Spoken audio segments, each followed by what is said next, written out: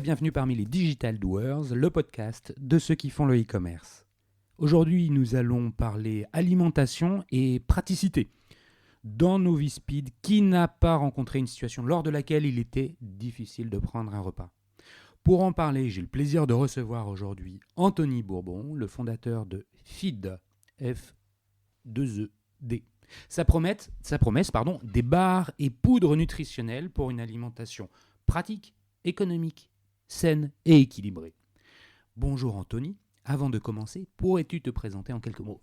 Bonjour, je suis Anthony, le fondateur de Feed, j'ai 30 ans et je viens de Bordeaux initialement. J'ai lancé Feed en janvier 2017, qui est effectivement une solution pratique pour avoir une alimentation équilibrée sans avoir de préparation à faire. Donc ça va se présenter sous forme de barres, de shakers, de poudre, de boissons déjà prêtes et de snacking pour avoir 100% de vos nutriments en termes de protéines, lipides, glucides, fibres, vitamines, minéraux, oligo-éléments.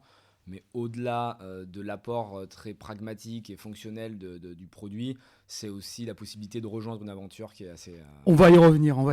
Je n'en doute pas. Avant, tu dis que tu as 30 ans, donc ça veut dire que Feed a 2 ans et demi, 3 ans, je crois que tu me disais. Avant ça, tu as fait autre chose. C'est quoi ton parcours? Tu viens d'où? Pas géographiquement, tu viens de nous le dire, de Bordeaux. C'est qui Anthony avant Feed? Qu'est-ce qu'il a fait? J'ai une histoire un peu compliquée. Mon histoire elle devient intéressante à l'âge de 15-16 ans. Je suis dans une famille qui n'est pas incroyable. Un père violent, une mère un peu dépressive à cause du père. C'est assez dangereux d'être à la maison et pour différentes raisons, je me retrouve à la rue à 15, 16, 17 ans, je me souviens même plus, mais assez tôt, pour être honnête. Et en fait, c'est hyper structurant dans mon histoire parce que ça me permet de comprendre très vite qu'il va falloir que je prenne mon destin en main et que personne ne sera là pour m'aider. Et c'est une vraie chance en fait d'avoir commencé avec les mauvaises cartes parce que j'ai pu réaliser qu'il allait falloir être en quelque sorte le capitaine de mon bateau pour pouvoir m'en sortir. Et donc j'ai dû commencer très jeune à travailler, gagner de l'argent, tout en continuant mes études parce que je savais que c'est un point important, c'est-à-dire qu'en fait, tu n'as jamais été déscolarisé, tu t'es toujours démerdé pour pouvoir suivre un peu comme un fil conducteur en ayant une conscience que c'était important, tes études. Exactement, sauf que mes études n'étaient pas ma priorité, c'était un fil rouge et la priorité c'était de gagner de l'argent et de faire du business. Donc j'allais le moins possible en cours et je travaillais le maximum à côté. Et ça m'a permis en fait de financer mon quotidien tout en ayant plutôt des bonnes notes en réalité. J'étais plutôt un bon élève. Tu as eu ton bac? Ouais, bac, et puis, Scientifique. et puis après j'ai enchaîné sur une fac de droit parce que j'ai compris qu'il fallait comprendre les textes pour pouvoir les exploiter au mieux. Quand j'étais jeune, pour différentes raisons, j'ai dû faire des ruptures familiales pour pouvoir avoir droit à des bourses et j'ai été assez étonné de voir le fonctionnement en fait du droit et j'ai réalisé que le plus important c'était pas la vérité, c'était la manière dont tu l'as présenté, les arguments, la manière dont tu avais tourné tes arguments en fait pour gagner le débat, quoi. Moi, je me souviens de certains moments incroyables où tu es devant un juge des affaires familiales et tu dois expliquer pourquoi tu fais une rupture familiale, pourquoi tes parents sont méchants, pourquoi toi tu es gentil. Et donc, tu as tout le monde qui arrive avec ses arguments, avec des fiches, des attestations, des témoins, et qui disent alors voilà, Anthony, c'est un mauvais enfant, il a fait ça, et voilà pourquoi il s'est retrouvé à la rue, enfin des trucs assez énormes. Et en fait, j'ai compris que la vérité n'importait qu'assez peu, mais que c'était la manière dont tu présentais. Donc, j'étais déjà dans le marketing très jeune. Ouais, en fait, tu fais un lien, toi, entre le droit et le marketing. Finalement, le droit, c'est marketer une vérité au travers d'un cadre qui est celui législatif, et tu vas faire dire les choses de façon différente. Ça veut dire que tu es scientifique avant, parce que tu nous dis j'ai un bac scientifique et après je fais le droit. Souvent, on dit que le droit est plutôt littéraire, à juste titre. Euh, c'est dur, le passage entre les aspects maths, sciences, physique, etc., vers une matière qui est un domaine qui est plus littéraire. Ou c'est J'ai trouvé ça naturel. assez simple, moi assez naturel. D'une, parce que le droit au final c'est de la démonstration, un peu comme dans les maths. Donc tu dois utiliser des arguments pour démontrer que tu as raison. Alors c'est moins factuel que les mathématiques parce que si tu veux, il n'y a pas un CQFD à la fin, il n'y en a pas C'est un qui a interprétable. raison. Voilà, c'est interprétable, mais tu as quand même des arguments, tu dois te baser sur des jurisprudences, tu dois te baser sur des textes. Donc quelque part, il y a quand même une part de démonstration, c'est assez logique. Et j'étais quand même assez bon, moi, que ce soit à l'oral ou à l'écrit, j'aimais beaucoup le français. Et à l'époque, c'est un peu mes parents qui m'avaient forcé à faire un bac scientifique parce que c'était le lycée élite à Bordeaux où pour rentrer c'était compliqué et moi je voulais faire du littéraire, donc finalement j'avais à la fois le côté littéraire que j'aimais bien et puis le côté scientifique que j'avais appris pendant mes études précédentes. Après le droit pour moi c'est pas qu'il faut pas le respecter, mais c'est que c'est fait par des humains, donc à partir du moment où c'est fait par des humains c'est biaisé. Tu vois, il y a plein de choses qui ont été validées par des humains et qui ont été terribles dans l'histoire de l'homme, donc je considère que le droit tel qu'il est aujourd'hui ce ne sera pas forcément le même dans 10 ans ou dans 20 ans. Donc le droit, moi j'ai pas un énorme respect pour ce qui est écrit, d'autant plus que c'est rédigé par des hommes qui sont puissants et qui représentent les élites. Et moi, en tant que mec qui vient du peuple, je préfère bien le maîtriser pour pouvoir le mettre de mon côté. Bon, voilà, ok, pour pouvoir jouer avec. Tu fais 5 années de droit, tu deviens. T'obtiens un master. Ouais, 2 Master 2, Master 2 des affaires, Master 2 immobilier. Donc, quelque part, en fait, on peut imaginer que tu as une voie tracée euh, dans un cabinet d'avocat, droit des affaires, etc. C'est pas le chemin que tu suis et, et tu ne le suis pas parce que tu as entrepris, au sens de entrepreneuriat du terme, véritablement, tu as entrepris déjà depuis longtemps pendant tes études de droit. Raconte-nous un peu comment les choses se sont faites. T'as raison de le dire, l'entrepreneur, c'est quelque chose de bien plus profond que simplement monter un projet quand tu sors d'HEC. T'as beaucoup de jeunes aujourd'hui qui sont dans la Startup Nation et qui vont t'expliquer que ce sont des entrepreneurs nés et qu'ils ont toujours eu ça dans le sang. Mais si tu leur demandes s'ils ont vendu quelque chose avant 30 ans, ils te diront que non. Pour moi, le vrai entrepreneur, c'est le mec un peu de la rue qui vend des fringues, des tapis, qui vend des trucs un peu borderline, mais qui veut s'en sortir d'une manière ou d'une autre. C'est celui qui, faute d'avoir un métier, va trouver une autre manière de gagner de l'argent. Et la vraie définition littéraire, c'est ça, l'entrepreneur, c'est le mec qui se démerde et dont personne ne veut. La réalité. Et maintenant, c'est devenu un truc à la mode, c'est devenu branché. Mais être un entrepreneur, à la base, c'est pas du tout stylé. C'est tu galères, tu vends ce que t'as, t'essaies de trouver des idées pour gagner un peu d'argent. Et moi, c'est ce que j'ai fait quand j'avais 15-16 ans. J'ai commencé par des trucs tout pourris. J'avais un pote qui était au Maroc, il nous ramenait des caleçons Dolce Gabbana, mais qui étaient complètement faux. Nous, on les revendait dans nos collèges, dans nos lycées respectifs. Après, on rachetait les calculettes qui marchaient plus, ou nos potes nous donnaient les calculettes TI 89+, qui étaient mortes. Et nous, on essayait de les réparer, de changer les programmes, de mettre des applications dessus. Et en gros, on essayait de mieux maîtriser les sujets que nos copains qui avaient le même âge. Et comme eux, ils avaient de l'argent de poche et trucs comme ça, ben, on gagnait leur argent de poche. Et c'est comme ça que tout a commencé. Et en fait, quand tu commences très jeune, même si t'es pas très doué, même si j'estime que j'ai toujours senti un peu, tu vois, le business, j'ai toujours su où est-ce qu'il fallait aller pour générer de la valeur, bah, t'apprends très vite. Et donc, l'apprentissage que j'ai fait entre 15 et 30 ans, je considère que j'ai 15 ans d'expérience. Et tu peux pas avoir 15 ans d'expérience à 30 ans si t'as pas connu la street comme ça, tu vois, vraiment dans la galère, quoi. Donc, ouais, Qu'est-ce que tu as fait pendant tes études de droit? Qu'est-ce que tu as fait? Parce que je sais la réponse, mais je voudrais que tu nous la donnes. Tu as ton bac, tu rentres en fac de droit à Bordeaux, tu as toujours besoin de te financer. Euh, Qu'est-ce que tu entreprends dans la suite de ce que tu avais commencé à faire pendant le lycée? J'ai fait tous les business inimaginables pour gagner de l'argent. C'est-à-dire que dès que j'avais une opportunité, je la saisissais. J'achetais des scooters qu'on retapait avec des potes et on les revendait plus cher. On achetait après des voitures, soit en France, soit à l'étranger, qu'on importait. Et du coup, comme on en achetait plusieurs d'un coup, ben, on avait des bons prix. On changeait les jantes pour qu'elles soient plus belles et installer des packs luxe sur la voiture et pouvoir la vendre surcotée. Et tout s'est accéléré, c'est-à-dire qu'à partir du moment où tu es ouvert à l'argent et à partir du moment où tu es ouvert au business et que les gens savent que tu es plutôt malin, tu crées une sorte de flux continu d'opportunités autour de toi. Il y en a qui sont très bonnes, d'autres qui sont très mauvaises, mais c'est le jeu et vraiment il ne faut pas avoir peur de faire des erreurs. Et il y a plein de gens qui vont te reprocher ton passé, qui vont te reprocher tes échecs. Moi au contraire, je trouve que faire des erreurs c'est une chance exceptionnelle. Il y a des gens qui te reprochent ça. Bah, tu sais, quand tu es dans un milieu aujourd'hui assez bourgeois, moi j'ai la chance d'avoir un peu d'argent maintenant et de fréquenter des gens d'une classe sociale plutôt élevée par rapport en tout cas Celle d'où dont je tu viens. viens. Euh, Et il y en a qui vont te dire ah ouais mais toi t'es pas un vrai noble, tu vois, t'es pas un truc, t'as de l'argent mais t'es un nouveau riche. Et tu vois, t'as toujours ce côté un peu stigmatisant de ah mais comment t'as eu de l'argent au début? Ah t'as fait de l'argent parce que t'as vendu des voitures, machin. Alors que moi j'assume complètement, tu vois, j'ai pas honte du Mhm. tout. Et au Mais contraire, ça, c'est pas reprocher tes erreurs. non mais Ça, c'est c'est de la reprocher le jalousie, ça. passé, tu vois, ça a toujours les gens qui vont te dire ah mais t'as pas fait ci ou t'as pas fait ça ou ça c'était mal parce que tu fais pas toujours des choses bien, tu vois.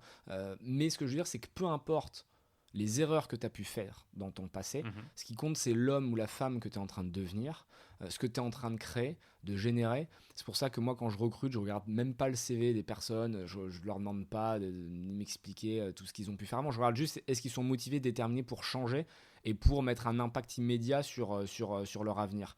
Donc le passé, les gens vont souvent vous en parler, mais c'est souvent pour se rassurer de leurs propres échecs. Et au final, les bourgeois qui me reprochent aujourd'hui d'être ce que je suis, c'est-à-dire un mec qui n'a pas forcément leur code, qui n'a pas forcément la même manière de s'exprimer, qui va parler beaucoup plus vrai, qui va être beaucoup moins politique, bah, ils me font pas envie parce qu'en réalité, c'est des gens qui ont hérité, c'est des gens qui n'ont aucune valeur de l'argent parce que depuis tout petit, on leur a tout donné. Et je pense pas que ce soit une chance.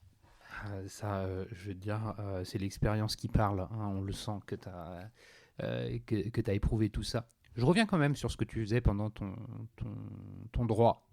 Tu vendais des bagnoles. Enfin, oui, c'est ça. Car dealer. Euh, et tu as fait autre chose. L'immobilier. L'immobilier, ça a été hyper intéressant pour nous. On a commencé tout en bas de l'échelle, on a acheté des petits appartes. Donc c'est toujours avec un même groupe de potes. Ouais, c'est toujours des potes. Alors, ils varient en fonction des opportunités, mais j'ai eu cette chance, moi, de faire le lien, le pont entre les riches et les pauvres. C'est-à-dire que j'avais la capacité de parler avec les pauvres qui, eux, ne savaient pas s'exprimer avec les riches et donc, du coup, qui ne pouvaient pas faire d'affaires avec eux. Mais aussi la possibilité de parler avec des gens riches qui avaient de l'argent, qui étaient héritiers. Et du coup, je mélangeais les deux mondes pour avoir entre guillemets la main d'œuvre dont moi je faisais partie, donc c'est pas stigmatisant, les pauvres qui cherchaient les plans, qui travaillaient, mais aussi les riches dont on se servait pour leverager nos capacités de financement. Et du coup chacun était gagnant. Le riche il avait rien à foutre et puis on faisait travailler son argent, et le pauvre était content parce que ça lui faisait une opportunité pour s'en sortir. Concrètement, l'idée, ça veut dire que vous achetez un studio, vous le retapez, vous le revendez, vous encaissez la plus-value. Exactement, au début on faisait que de l'achat-revente, et puis au début on l'a fait avec des appartes, et puis après on a grossi, et puis après on a pu faire des petits immeubles, et puis on les découpait, et puis après ça... Toujours dans Bordeaux. Toujours dans Bordeaux, La après là région. on a fait beaucoup à Paris, quand on est parti à Paris c'est là où il y avait le plus de business, donc là maintenant je me concentre sur la première couronne. Parce que tu laisses entendre que tu continues, mais ça, on va y revenir après. Tu fais ça pendant ton droit, donc tu finis, tu obtiens ton diplôme en droit au bout de 5 ans, et là, la phase études est finie. L'étudiant est fini, c'est le nouveau professionnel. En fait, tu n'es pas nouveau professionnel, parce que tu continues tout ce que tu avais commencé à entreprendre pendant tes études, enfin même pendant ton lycée, qui s'est poursuivi pendant tes études, et là, tu deviens un entrepreneur accompli déjà, finalement, en ayant, je sais pas, 23, 24 ans. C'est ça. Ouais. Et là, tu continues ce que tu as commencé à...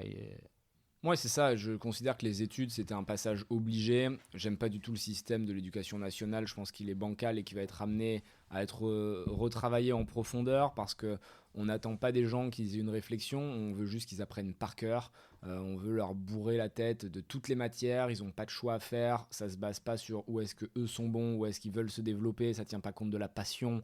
Donc pour moi, c'est quelque chose qui va disparaître très rapidement. Donc j'y vais parce que je sais qu'il me faut de la légitimité, de la crédibilité. J'ai zéro contact, j'ai zéro famille, j'ai pas d'argent qu'on appelle love money dans le monde startup. Je sais que personne me prêtera pour commencer.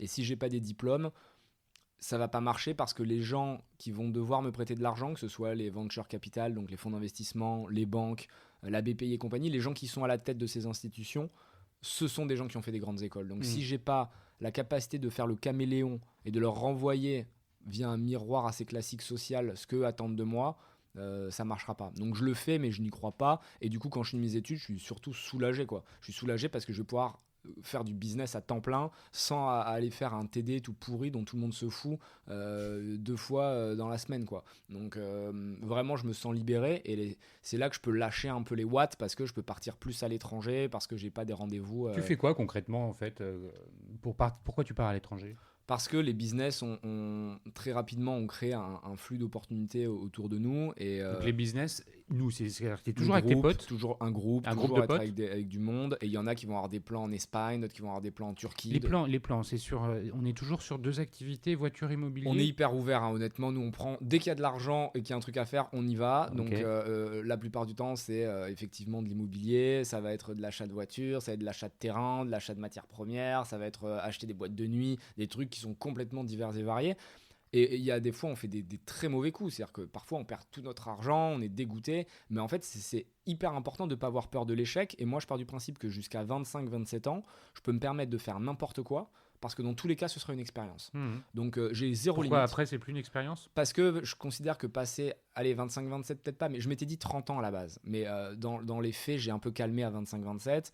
Je m'étais dit jusqu'à 30 ans, tu fous le bordel, tu fais tout ce qui est possible. Et tu verras bien ce qui se passe. Et en réalité, je réalise que c'est quand même hyper fatigant de travailler d'arrache-pied puis de tout perdre. Ça m'arrive 1 ou 2 fois. Et vraiment tomber très bas, c'est pas facile parce que en fait, c'est ma seule phobie. Moi, j'ai peur de rien. Même la mort, si tu veux, ne m'inquiète pas plus que ça parce que j'ai pas d'attache particulière, si tu veux, de famille ou quoi que ce soit. Mais la seule chose qui me... Pas encore. Pas encore, voilà. On va dire c'est TBD, c'est en train d'être créé. Mais ce que je veux dire, c'est que la seule chose qui m'angoisse, c'est de redevenir pauvre. Tu vois, cette sensation de plus être maître de ta vie et de devoir mendier aux gens un peu d'argent, de ne pas savoir où dormir. Attends, mais c'est un point qui est hyper important parce qu'on en a parlé un petit peu avant l'enregistrement de l'interview. Tu veux pas redevenir pauvre, c'est pas tu veux devenir riche, c'est tu veux garantir ta liberté. Hein, je me trompe pas, c'est bien ça en fait. Tu dis l'argent, c'est le moyen de garantir ma liberté. Et finalement, l'expérience passée qui était liée à un niveau de pauvreté m'a contraint et m'a bridé dans ma liberté. Et c'est ça ce à quoi tu es attaché, non? Exactement. L'argent est un outil pour obtenir cette liberté qui est ma mission ultime. C'est-à-dire que je pense que tous les humains devraient se fixer un but global, pas forcément atteignable, quelque chose de presque philosophique.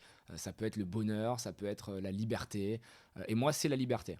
Je parle même pas de bonheur parce que c'est quelque chose qui m'intéresse mais qui n'est pas une priorité pour moi. C'est la liberté, mon but ultime. C'est-à-dire que je dois pouvoir faire ce que je veux, quand je veux, avec qui je veux. Et malheureusement, même si ça peut sembler un peu matérialiste, l'argent me permet d'atteindre cette liberté. Alors il faut évidemment pas que l'argent soit le seul but de la vie parce que sinon tu deviens un pauvre mec, tu vois, qui devient imbuvable, qui est plus connecté à la réalité. Mais il faut pas nier une réalité qui moi me semble essentielle et que j'assume à 200%. C'est que l'argent contribue largement à ton bonheur. Il faut pas que, encore une fois, ce soit ton seul objectif. Mais pour avoir été pauvre et pour avoir été riche, en tout cas par rapport aux jeunes de mon âge, tu es toujours le riche de quelqu'un ou le pauvre d'un autre, hein, dans tous les cas. Mais disons que quand tu as quelques millions d'euros sur tes comptes, je peux t'assurer que la vie devient beaucoup plus douce, tu es beaucoup moins stressé. Et il n'y a que les riches qui peuvent te dire, tu sais, l'argent, ça fait pas tout. Ou alors les pauvres qui sont tellement persuadés qu'ils seront jamais riches, qui préfèrent s'auto-persuader que l'argent ne fera pas leur bonheur.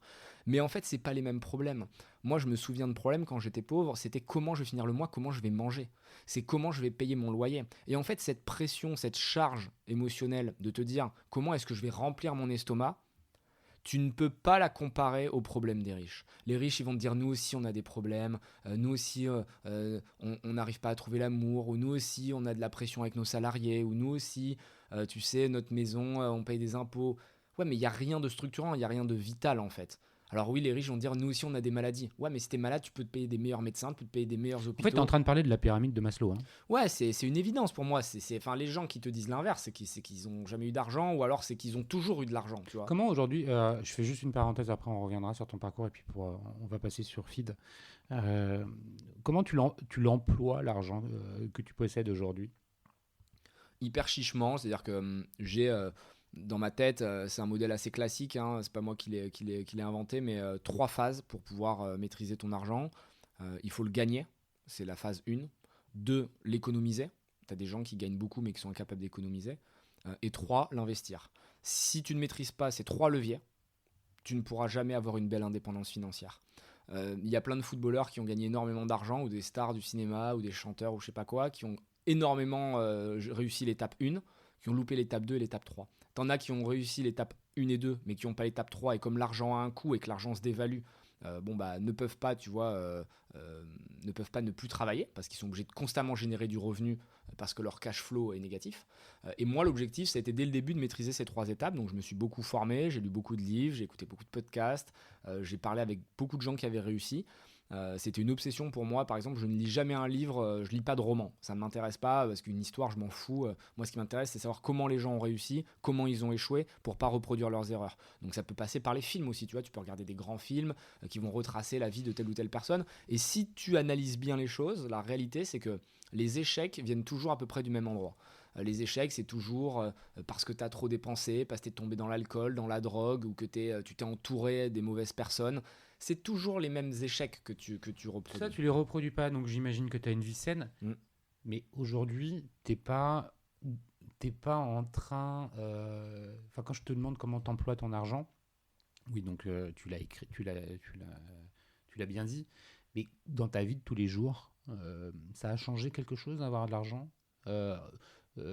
est-ce que tu roules dans des super voitures c'est quoi ça change Ça change ta tranquillité d'esprit, c'est-à-dire que tu es dans un confort qui est exceptionnel. Je sais que le mois, la fin de mois ne sera pas un problème, je sais que je peux me payer ce que je veux. Par contre, ça n'a pas changé mon mode de vie, c'est-à-dire que je vis toujours dans le même petit appart. Alors, j'ai un appart de 40 mètres carrés qui certains me diront que c'est une chance, mais ce que je veux dire, c'est que la plupart des gens qui ont mes revenus ou mon patrimoine, ils sont plus autour de moi dans des apparts de 200, 300 mètres carrés, haussmanniens, magnifiques, qui vont payer 5, 6, 7 000 euros par mois. Moi, c'est pas quelque chose dont j'ai envie, parce que je pars du principe qu'à chaque fois que je dépense 1 euro, il doit me rapporter quelque chose. Donc, j'ai aucun souci à m'acheter une montre qui vaut beaucoup d'argent. J'ai aucun souci à m'acheter une voiture qui vaut beaucoup d'argent, parce que je sais que je vais mieux les vendre que ce que je les ai achetés, parce que je reste un marchand. Moi, je suis pas un mec très intelligent, mais par contre, quand j'achète quelque chose, je sais bien l'acheter, je sais bien le vendre. Et donc tu achètes une voiture pour la revendre. Ouais, moi une voiture, ça se dévalue quand même. Non, pas forcément. Si tu l'achètes bien et que tu l'achètes vite, il y a des modèles qui sont très durs à avoir. C'est un peu comme les montres, tu vois. Si tu arrives à trouver une Rolex Submariner, Daytona, si tu arrives à trouver une Audemars Piguet Royal Oak Extra Fine, c'est très cher, mais c'est tellement introuvable que si tu arrives à te trouver neuve, tu peux la vendre plus cher sur le marché de l'occasion. C'est-à-dire que je prends un exemple tout con, pour ceux qui connaissent, ça tiltera. Tu trouves une Daytona, une 115 620 en magasin, tu peux la vendre beaucoup plus cher le lendemain sur le marché de l'occasion. Et quand je dis beaucoup plus cher, c'est 5 000 euros. Mais c'est énorme parce que la montre ne coûte que 12 000. Donc si tu veux, tu mets 12 000 balles et tu peux gagner 5 000 balles immédiatement. C'est pareil pour certains modèles de voitures, c'est pareil pour certains apparts. Ça, c'est ce que tu continues à faire. Et c'est ce que je continue à faire. Donc quelque part, c'est une vraie donc, chance. En fait, parce que tu continues ton business. Ouais, toujours. Moi, de toute manière, je ne l'arrêterai pas. C'est aussi ce qui me nourrit et c'est ce qui me permet de rester connecté. C'est-à-dire que j'ai plein de montres. Je les achète quand j'ai l'opportunité. Les gens savent que je peux décaisser rapidement de l'argent. Donc, on m'appelle, on me dit écoute, tiens, t'as une Hulk, une Rolex Hulk qui peut sortir là, ou t'as une Patek Philippe Nautilus qu'on peut te dégainer. Est-ce que t'es là? Et ils savent que moi, j'ai l'argent pour l'acheter. Je l'achète, je les garde, je les mets dans un coffre à la banque. Je les porte de temps en temps parce que c'est un vrai plaisir et que j'adore en plus ces objets. Et puis je les revends derrière, je gagne de l'argent. Donc ça me dérange pas, si tu veux, de dépenser beaucoup pour certaines choses parce que je sais que je peux les revendre. Là où j'ai du mal, c'est de dépenser sur un loyer. Un loyer, par exemple, c'est de la perte sèche. Donc je vois pas l'intérêt de payer 6 000 euros par mois. Un truc qui à la fin de l'année me rapporte rien. Donc à la rigueur, acheter à Paris, acheter un bel appart pour vivre dedans, ça me dérangerait pas, mais je trouve que les prix sont beaucoup trop hauts en ce moment et c'est pas le moment de le faire. Donc je loue un petit appart qu'on a en plus avec des potes dans une SCI, donc qui me coûte pas super cher et c'est super. Bon, merci pour cette parenthèse. Je reviens sur ton parcours pro. Il y a 3 ans, tu fais naître Feed. Comment l'idée t'est-elle venue ? Ça m'est venu d'un problème super personnel. Je faisais tellement de boulot, de business à droite à gauche que je sautais de plus en plus de repas. Et je sentais que je devenais de plus en plus faible, que j'avais plus d'énergie en fin de journée, je perdais du poids. Et je me suis dit, mais c'est quand même dingue sur le marché, il n'y a pas un produit qui te permet d'avoir 100% de tes besoins et que tu puisses le manger rapidement, pas cher. Moi, j'ai toujours cette notion, tu vois, de prix. T'as les Français qui vont hurler, qui vont dire attends, tu peux manger largement pour pas cher en France. Bah déjà c'est compliqué, les études elles sont pas dans ce sens-là. T'as un Français sur 4 qui peut pas manger de fruits et légumes frais parce que c'est trop cher. T'as 50% des Français qui sont en surpoids, dont 20% qui sont obèses. T'en as 1 sur 3 qui est en carence. Et moi j'ai pas envie de dépenser 15 € le midi pour aller manger à la brasserie du coin parce que je trouve que c'est pas rentable et qu'en plus c'est pas bon et que j'ai pas le temps. Donc je cherche à créer un produit qui va avoir l'intégralité de mes besoins. Je fais une formule Excel qui répertorie tout ça. Et à force de jouer... Donc là, tu regardes même pas s'il y a quelque chose sur le marché. Si, je vois qu'il y a Soylent aux US qui cartonne, mais on peut pas l'importer en France. Donc, et c'est toujours le cas d'ailleurs, ils se vendent pas en Europe. Et du coup, je me dis, bon, bah, je vais le créer moi-même, mais pas pour le vendre en Mais mode pour toi, business, quoi. pour moi. Et Pour le côté pratique pour toi. Ouais, le côté pratique, c'est-à-dire que je fais de la poudre le week-end, je mélange mes ingrédients et je fais de la poudre. Et la semaine, bon, Tu bah, mélanges tes ingrédients. C'est quoi tes ingrédients? c'est flocons d'avoine, graines de sarrasin, farine de lin, des vitamines et minéraux que j'achète à la pharmacie, que je broie dans ma poudre. Et je prends 5 doses de poudre pour un repas et je m'en fais 3 kilos d'avance le week-end. Et comme ça, quand je suis pressé la semaine, pas pour tous les jours, encore une fois, l'objectif, c'est pas de manger que ça. Ouais. C'est juste quand t'es pressé, t'es dans l'avion, t'es dans le train, t'es sur un chantier, un truc, bon, bah, t'es opérationnel. Et ça me plaît. Et très rapidement, en fait, les Donc potes... la poudre, en fait, tu la mélanges à de l'eau et tu bois ça. Ouais, c'est ça. Tu mets la poudre avec de l'eau, tu shakes et ça te fait une boisson. Et c'est un index de glycémie super bas, ce qui fait que ça va te répartir les nutriments pendant de longues heures et t'as vraiment pas Et ça, faim. ça, tu l'as découvert après. Ouais, non, mais Sur le moment, en fait, t'as une satiété de ouf, mais quand j'ai fait le produit, c'est-à-dire que je me suis intéressé à la nutrition. Moi, je suis D'accord, un dès peu le départ. un obsessionnel, c'est-à-dire que j'adore comprendre et j'adore apprendre. Donc, si je me mets sur un sujet, tout à l'heure, tu vois, je te parlais des montres. Je peux t'expliquer le fonctionnement d'une Patek VS une Audemars Piguet VS une Rolex. Je peux t'expliquer les différents, je peux t'expliquer leur histoire, je peux t'expliquer la cote précise de chaque montre, parce que si tu maîtrises pas ton sujet, tu vas te louper. Donc quand je me mets sur un sujet, je l'apprends Donc et je suis meilleur que le vendeur. D'accord, donc là, tu rentres à fond. Et là, je Alors rentre à que fond dans c'est la pour nutrition. toi, hein, c'était C'est pour moi, ton mais j'ai envie de faire propre un bon besoin, produit. mais tu c'est-à-dire fais quelque chose de bien. j'achète des bouquins de nutrition, je regarde de quoi le corps a besoin, quelles sont les vraies Ouais, nécessités. donc vraiment, tu doses les Ah ouais, je suis hyper aliments, précis. pas au pif, quoi. Ah non, non, je suis hyper précis. Je me base sur l'EFSA, l'Agence européenne de l'alimentation, sur ce que recommandent les nutritionnistes. Dès les le diététiciens. départ. Dès le départ, parce que si je fais Incroyable. une solution, il faut qu'elle soit bonne pour moi. Donc le but, c'est que ce soit meilleur que de manger ma pizza ou mon McDo. Donc dès le début, je fais un truc qui est sain. Et je cherche même des ingrédients qui ont un index glycémique bas dès le début, parce que je sais que l'index glycémique, je le comprends en lisant les livres, c'est ce qui va te répartir toute la journée les nutriments, et que c'est un peu l'inverse du fast-food. Le fast-food, quand tu vas manger, tu manges T'as tout de suite plus 4 faim. burgers, tu as l'impression que tu es calé pour la journée, Puis 2 heures sauf après, que tu as tu un crèves la pic de dalle. glycémique parce que c'est rempli de sucre et de Ouais. mauvais sucre, et donc juste après, tu as une rechute glycémique. Et 2 heures après, tu as la dalle, tu comprends pas comment c'est possible parce que tu te dis, mais je me suis enquillé un énorme McDo et j'ai faim. Mais en fait, c'est juste que tu as activé ton métabolisme très rapidement et tu as tout digéré. Alors que FIT, c'est l'inverse. Tu vas rien activer du tout et tu vas digérer pendant 6, 7, 8 heures. Et c'est ça qui est cool en fait. Et donc dès le début, je me mets dans une optique de création de produits qui Voilà, est bon. tu te fais tes poudres, tu bois ça, tes potes te voient boire ça, et ils disent mais qu'est-ce que tu nous as fabriqué comme potion magique, c'est ça? Ouais, au début, ils rigolent un peu, ils se marrent. Et puis, de temps en temps, ils en prennent parce qu'ils sont quand même pressés. Et on se retrouve à faire des ateliers le week-end de plus en plus gros parce qu'il y a de plus en plus de potes, d'amis qui en consomment. Et c'est là qu'on se dit, bon, bah finalement, on n'est peut-être pas tout seul à être dans ce cas-là. Et tous les gens qui sont, on va dire, hard work, tu vois, qui sont urbains, pressés, bah, ils aiment bien le produit. C'est-à-dire qu'on avait des potes traders, bah, ils l'utilisent entre midi et 2. On a des potes dans l'immobilier, ils font ça aussi sur les chantiers. Les potes qui font des voitures, qui vont chercher des caisses en Allemagne et tout, bah, ils sont contents sur la route d'avoir cette solution parce que ça leur évite d'en foutre partout sur les sièges, que ça pue dans la voiture. Ils boivent leur petite potion et ils sont peinards. Et du coup, on se dit, bon, bah, on va lancer un site de précommande et on va proposer aux gens... Alors attends, tu dis, ouais, non, tu te dis, quand tu perçois ça, tu dis, il y a un business à se faire, ça va pouvoir se vendre. Comment on fait pour vendre ça? Parce que tu parles de la précommande, donc ça, c'est une option que vous avez choisie en fait.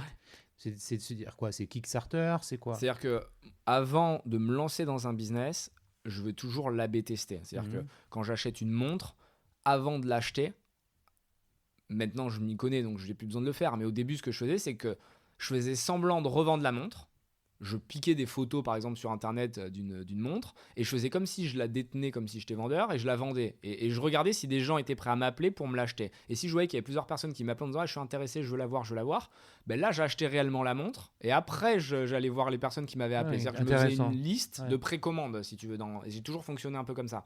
Pareil pour les voitures, etc. etc. Et là du coup je me fais une liste virtuelle de précommandes et je dis aux gens bah j'ai pas encore le produit mais il est bientôt prêt.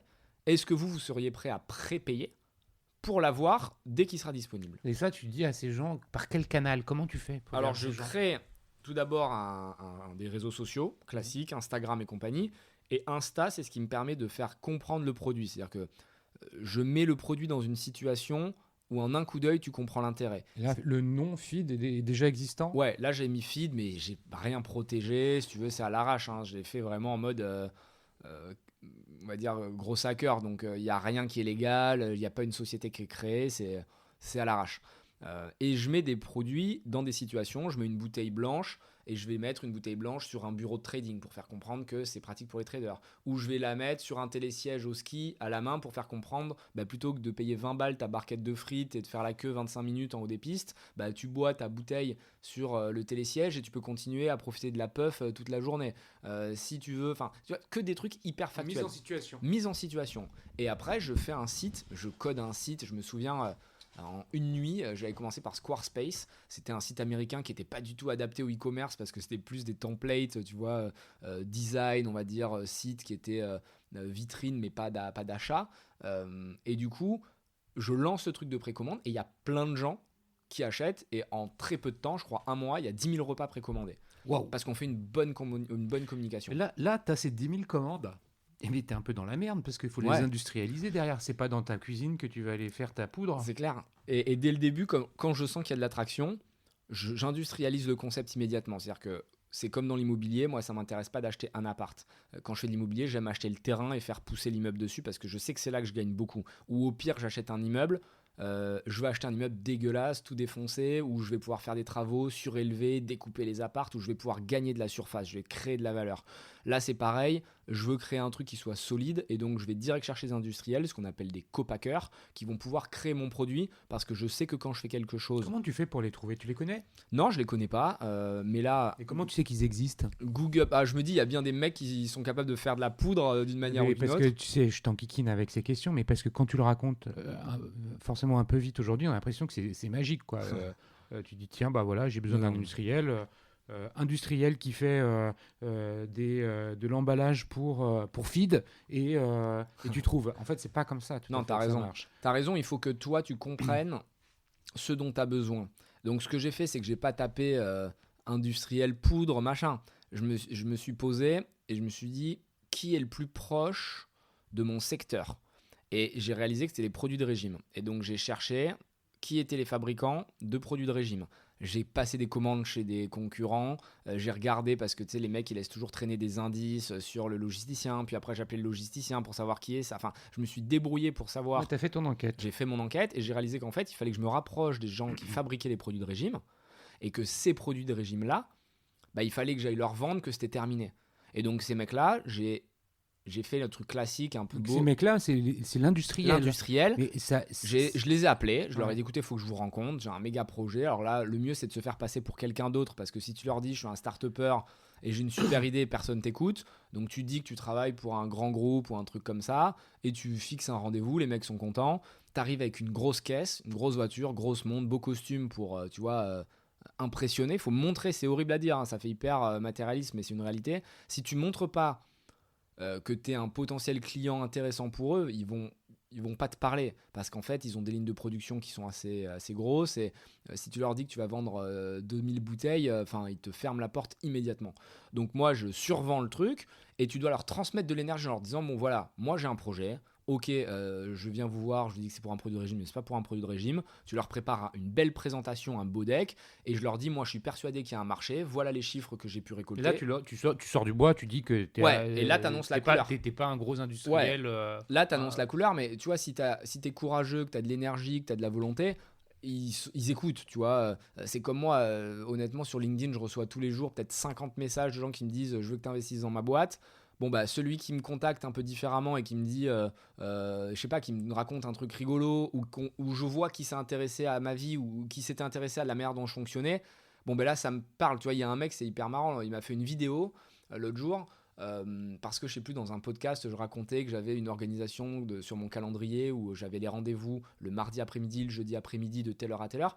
Et le mec il me dit, comme je sais que tu as rendez-vous que le mardi et le jeudi, je te fais une vidéo, on est mardi jeudi pour te montrer. Et le mec m'a montré qu'il s'était intéressé à ce que je faisais. Et du coup, pas du tout que je suis égocentré, mais ça veut dire que le mec a creusé un peu plus loin que juste envoyer un message sur LinkedIn. Il a créé du contenu juste pour moi, donc c'est-à-dire qu'il y a passé du temps, et il me raconte ce que fait sa boîte. Bah, au moins, j'ai été au bout de la vidéo, et je sais que ce mec-là, sa boîte a fait ça, et est-ce que ça m'intéresse? Oui, non, c'est un autre sujet, mais au moins, j'ai écouté, tu vois, ce qu'il avait à dire. Et bah, je fais pareil avec les industriels, j'essaie de créer de l'attention.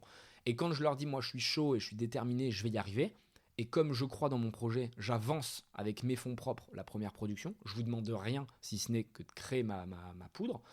Bon, donc tu veux dire que tu annules le risque financier pour eux? Tu leur demandes pas de s'engager, donc il n'y a pas de risque industriel. Donc les mecs, ils sont un peu coincés, ils peuvent pas dire non. Le seul truc qu'ils vont perdre, c'est du temps. Et le temps, c'est pas grave, c'est pas le plus important. Donc ils me disent, ok, on va faire un essai. Et donc là, on fait un... Là, ils te font tes 10 000... Là, ils me font mes 10 000 bouteilles. Ouais. Ils améliorent même ma recette parce que je réussis à négocier pour qu'ils me fassent un peu la R&D et compagnie. Et du coup, bah, je sors mes 10 000 repas. Et ils sont vendus immédiatement. Et là, je sais que je suis en train de tenir un truc. Donc là, tu les expédies? Ouais, j'expédie. Donc ça veut dire que les 10 000 repas, l'industriel les expédie aussi, ou comment ça se passe? Non, alors moi, je travaille avec un logisticien. J'essaie d'automatiser tous les process. C'est-à-dire que je veux vraiment ne pas être dépendant d'un acteur. Donc j'ai mes copackers qui fabriquent. Aujourd'hui, j'en ai plusieurs pour pas être lié à une seule entité. J'ai mes logisticiens, là encore j'en ai plusieurs. J'ai les logisticiens spécialisés B2C, les logisticiens spécialisés B2B. Donc, mais au départ, tu en as un. Au début, j'ai un logisticien. C'est le copacker qui lui envoie la cam. Et lui, il a dispatch. Lui, je le branche sur mon site internet et je lui dis, ben voilà. Donc là, ton site internet, c'est lequel? C'est le Squarespace tout dégueulasse, mais que je coupe rapidement et je passe sur un Shopify qui est... à mon avis, le meilleur compromis pour les jeunes projets qui se lancent. C'est hyper simple, pareil, là c'est encore moi qui le fais.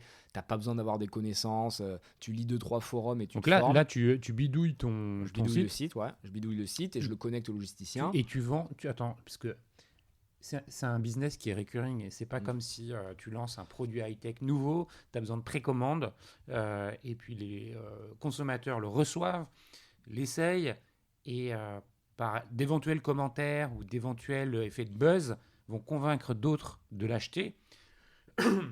Parce que ça fonctionne pour Feed, mais ce qui fonctionne aussi, c'est le repeat business. Ouais. Puisque tu as un produit que tu essayes une fois, si tu en es convaincu, ben, tu vas vouloir recommencer. Tu as vendu tes 10 000 produits, donc ils sont expédiés d'un coup, en quelques jours, les consommateurs les reçoivent.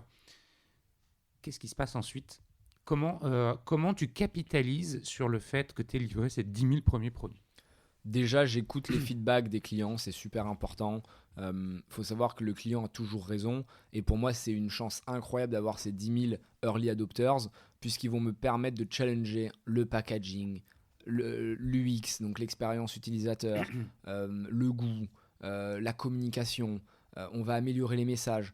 Feed, on est en constante amélioration parce qu'on écoute, et aujourd'hui on a des algos qui le font et compagnie, mais on est constamment en train de faire ce qu'on appelle des KYC, des Know Your Customer. C'est-à-dire que tu dois appeler tes clients, tu dois leur envoyer des questionnaires automatisés pour savoir ce qu'ils aiment, ce qu'ils n'aiment pas. Et ça nous permet de faire évoluer la marque constamment. Donc dès le début, j'appelle mes clients, je passe beaucoup de temps avec eux. On parle beaucoup avec les forums. Il y a des forums spécialisés dans la smart food, ça paraît ouf, mais t'as Canard PC, t'as Hardware PC, où il y a des fils entiers qui parlent de smart food, et du coup on est hyper présent, on leur répond, on les lie à l'aventure. C'est important de comprendre que les gens, ils n'ont pas envie d'acheter qu'un produit, ils veulent acheter une histoire, ils veulent acheter quelque chose qui... Donc là tu marketes en fait ton offre. Ouais, là on market, on prépare. Et tu dis on parce que là t'es plus tout seul. Ouais, en fait je suis tout seul, mais je dis tout le temps on, et c'est une habitude qu'il faut prendre, parce que quand t'es monofounder c'est très mal vu, et du coup quand je dis on par habitude, ça laisse entendre qu'on est plusieurs, et les fonds d'investissement, ça les rassure. Pour le coup, je trouve ça très smart, mais c'est juste pour comprendre la réalité. Donc, tu es tout seul, tu piches ça, et tu changes ta plateforme e-commerce pour passer sur Shopify, tu lis le feedback de tes clients, tu améliores en parallèle le packaging. je sais pas, le mois d'après, c'est quoi les commandes? Ou les 6 mois après, je sais pas, avance dans le temps, comment ça se passe? Le repeat est super important parce que c'est ce qu'on appelle des cohortes, c'est un peu technique, mais t'as un bon business e-commerce quand tu as des belles cohortes, c'est-à-dire que tu as un beau taux de repeat et que des gens qui t'ont acheté en janvier continuent à t'acheter au mois de décembre qui suit. Et je me concentre sur le repeat qui est plutôt très bon chez Feed parce que ça veut dire qu'on a répondu à un besoin et qu'on a craqué quelque chose. Et malgré tout, on se base pas que sur le repeat parce qu'on veut être dans de l'ultra croissance. C'est-à-dire que moi j'aime les projets qui vont très vite, je suis un passionné, je suis très ambitieux, déterminé, résilient, mais il faut que ça aille vite. Moi, je ne peux pas lancer une startup qui met 3 ans à décoller. Donc, immédiatement, quand je vois que ça prend, j'injecte 100 000 euros dedans que j'ai économisé de mes autres business. Et là, je reproduis encore une plus grosse production. Immédiatement, elle se revend instantanément. Et donc là, Et là, on est combien de temps après la vente c'est des 10 immédiat, 000 premiers? C'est quoi? C'est le mois qui suit, quoi. Non, mais tu vois, c'est important. Ouais, Le mois timing, qui suit. le mois qui suit. On enchaîne. Et là, le copacker, il se dit, ah ouais, il parle pas pour rien, c'est pas une flûte. Et là, il commence à nous dire, bon, ben, on va pouvoir vous faire des facilités de paiement, peut-être dans quelques mois. Et on commence à faire du vrai business. Et en parallèle, je lève des fonds, parce que je sais qu'il va falloir grossir vite, auprès de Business Angel, Sensei Ventures, pour pas les nommer. Je les rencontre dès le début de l'aventure. Et il y a un fit humain à ce moment, tu vois. Quel fonds t'en as besoin? Pourquoi? Le BFR? J'en ai besoin pour le BFR parce qu'en fait, il faut que je passe des commandes de plus en plus grosses. Et le problème, c'est que je dois l'avancer. C'est-à-dire que moi, je dois avancer les matières premières au copacker. Et donc, je paye un mois avant. Il faut commander les matières premières. Après, il va fabriquer.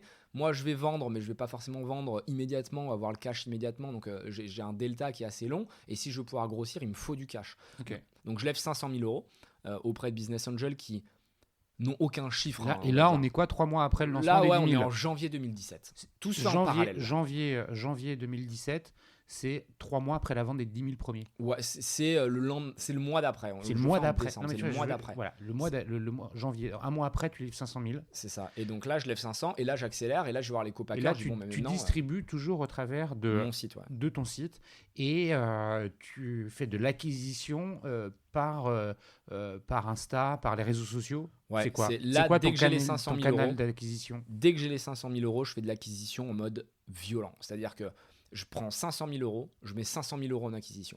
Je cherche pas à comprendre. Campagne Facebook, Instagram, Twitter, on teste tout, YouTube, toutes les plateformes. Tu le fais tout seul? Au début, je le fais moi.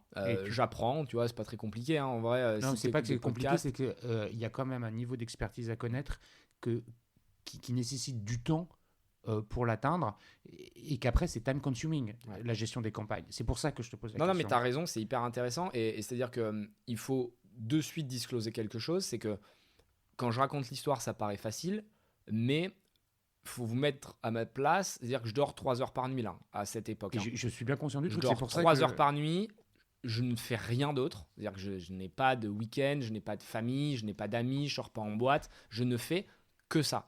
Et donc, ouais, comme je dors très peu, moi, quand je sens qu'il y a un truc intéressant, je suis vraiment à 1000%, ben, je me forme en parallèle sur tout. Donc, en même temps que je me forme sur la nutrition, je me forme sur l'acquisition, sur le SIA, je me forme sur tous les sujets qui sont immédiats. C'est-à-dire que le SEO, par exemple, je laisse de côté. SEO, pour ceux qui ne connaissent pas, c'est, on va dire, le référencement naturel sur Google.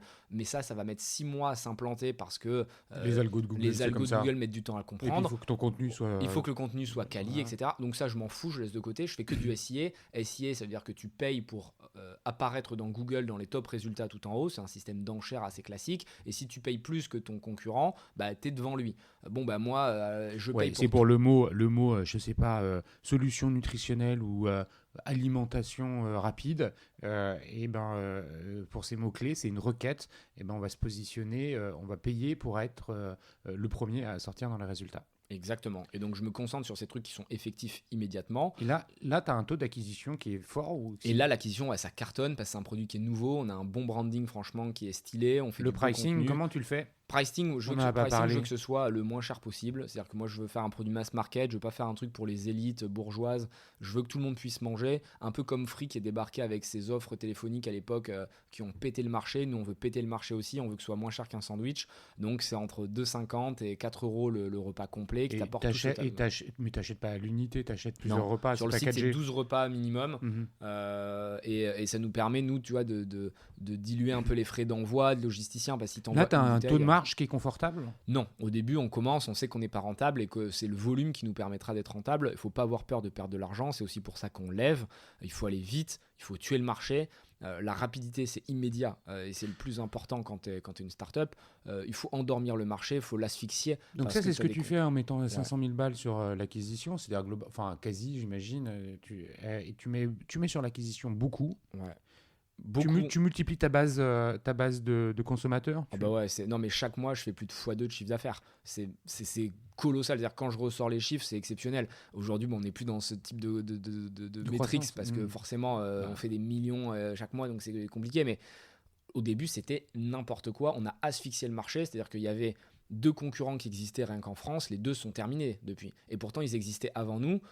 Disons qu'on s'était lancé un petit peu en parallèle. Les mecs sont morts parce que ils ont trop réfléchi, ils se sont masturbés intellectuellement sur plein de sujets. Nous, à un moment, on exécutait, quoi. Et alors, on était là pour aller vite. À quel moment le on devient vraiment on ? C'est-à-dire à quel moment où tu commences à t'entourer d'experts ? Parce que c'est impossible, surtout dans l'hypercroissance, de pouvoir tout maîtriser. Si on réussit son hypercroissance, c'est qu'on a su déléguer et s'appuyer et faire confiance. C'est clair.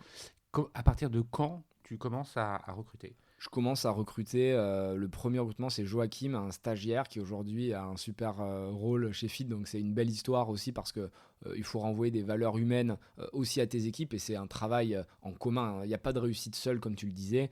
Seul, tu vas très vite, mais à plusieurs, tu vas très loin. Donc il faut savoir créer une structure saine autour de toi. Moi, je recrute que des jeunes qui sont ultra motivés, ambitieux, déterminés. C'est-à-dire que je ne prends pas des experts au début. Je prends des couteaux suisses qui sont capables, comme moi, d'apprendre. J'achète la capacité à apprendre. Ouais, voilà, moi j'achète l'avenir. Quand je travaille avec en fait, les experts, je les externalise. C'est-à-dire que j'ai des agences d'acquisition, j'ai des logisticiens, j'ai des copackers, mais tout ça, c'est pas des coûts fixes. Parce que si je prends un expert, ça va me coûter 60, 70, 80 000 euros de salaire l'année, pas chargé. Alors qu'un jeune qui sort d'école, ça me coûte 25, 30. Mais en plus, je peux le former à ma manière. C'est-à-dire que je peux le créer, c'est pas du tout que je vais l'utiliser ou quoi que ce soit, mais c'est qu'il n'est pas tombé dans les méandres des grands groupes, à faire des réunions toute la journée. Il va absorber mon énergie et Joachim, c'est le bon exemple. Il est arrivé, je sais pas, il avait peut-être fait un stage avant, mais bon, grand maximum. Et je lui ai dit, bon mec, c'est pas compliqué. Regarde, on va travailler de telle manière, on fait ça. Et il a absorbé ce que je faisais. Et du coup, lui-même a retransmis au suivant, etc. Et donc, là, le recrutement, il s'accélère. C'est-à-dire que Joachim, il arrive combien de temps après Il arrive super tôt, je sais plus, c'est février 2018, pardon. Donc, février, 2 mois après le début. Et après, ça s'enchaîne ? Ouais, mais sans plus. C'est-à-dire qu'on est 4-5. Et à 4-5, on fait un travail de ouf. Parce donc, au bout d'un an. On est resté 6 mois, 4-5. 6 mois. On est resté 6 mois, 4-5. Qu'est-ce qui se passe pendant 6 mois ? Comment accélérons un petit peu l'histoire. Voilà, on a vu les 3 premiers mois, on va dire. C'est les mois de traction. Tu trouves la traction. Alors, c'est hyper rapide, 3 mois pour cette phase-là. Mais voilà, tu les as. Et là, tu pars dans l'hypercroissance. Tu pars dans l'hypercroissance sur, on va dire, sur plusieurs mois, mais comment ça se gère, ça ? Comment et pourquoi cette hypercroissance ? C'est que de l'acquisition ? C'est quoi ? C'est un effet d'aubaine ? C'est un effet de marché ? C'est quoi ? C'est parce que tu multiplies les canaux de vente ? C'est quoi ?